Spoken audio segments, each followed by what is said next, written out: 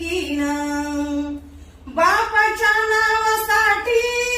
करतील जीवाच त्यारान आई होऊन लेकींच त्यांनी केलं कन्यादान किशाताईच गाण्यातून